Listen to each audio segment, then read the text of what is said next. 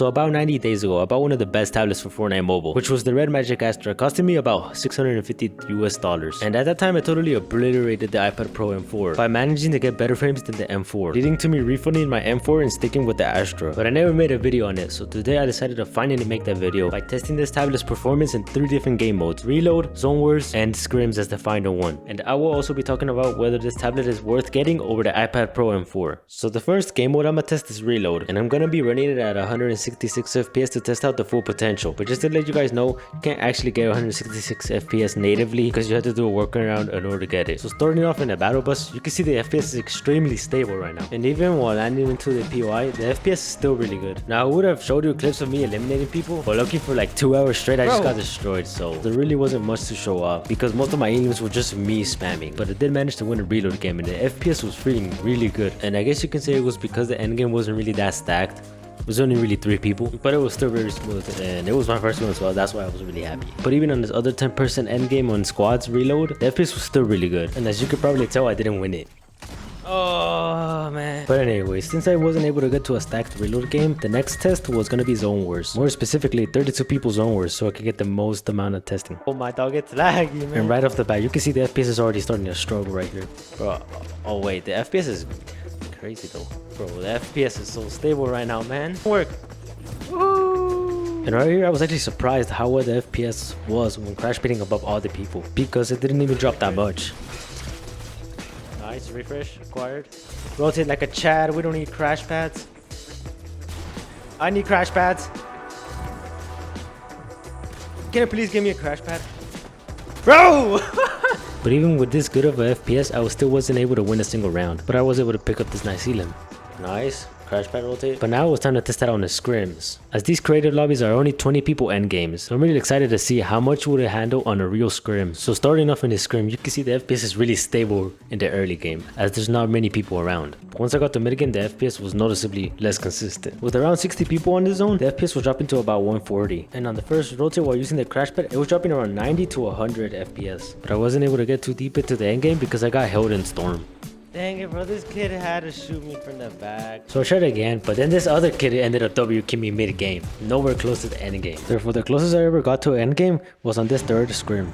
Crash pad rotate.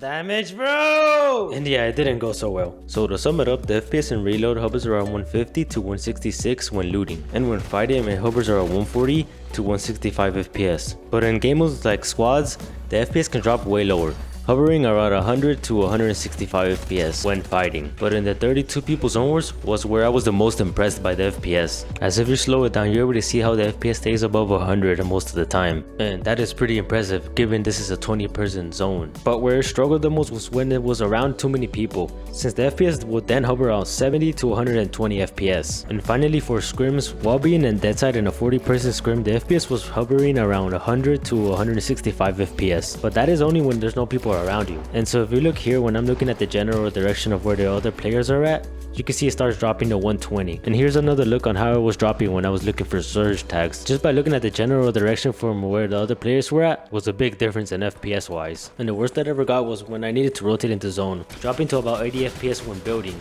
But I really wasn't able to get into a good end game because I just kept on dying early. So this was the best I got. But now it was time to test one of the most important aspects to this tablet: input delay, as that's always been a problem with any Android tablet. So as a comparison, I'll be comparing the input delay against the new iPad Pro M5, and I'll be testing this with this little contraption I made, which is a card with 2 touchscreen pencils on it that when hit will move both of the screens at the same time.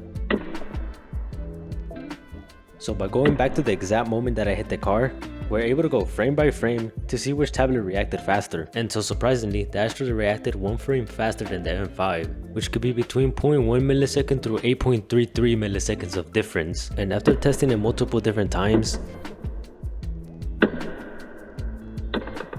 the results were basically identical almost all the time, with either the Astra winning by 1 frame or both activating at the same time in the same frame.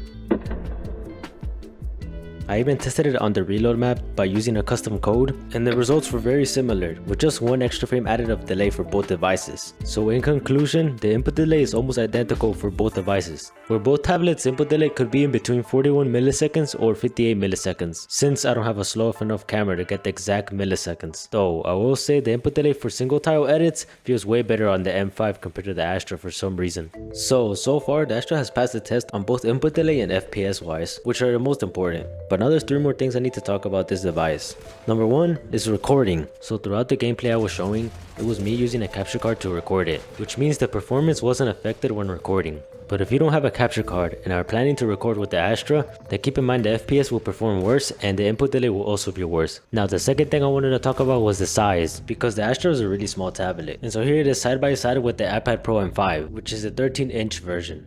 And here where both are together. So this could definitely be a problem if you use a lot of fingers, since you will have little visibility while playing. But that isn't the case for me, since I don't even look at the tablet. Instead, I plug it into a monitor and only look at the monitor to play, which in my opinion it is the best way to play Fortnite mobile. But it is really hard to learn depending on your HUD layout, so I will leave it at that. So the third thing I wanted to talk about was about the 166 FPS, which you can only do if you do a certain method on this tablet. So if you have the tablet and want to do this method, then just hit me up on Discord, and I'll probably send you a Google Docs or something to do it. Also, in the description I'll leave links to the unedited gameplay footage if you would like to take a closer look. And so that's it for my review for the Red Magic Astra. Thank you so much for watching, and if you would like to see a review like this for the iPad Pro M5, then click on the video on screen. But anyways, thank you so much, peace.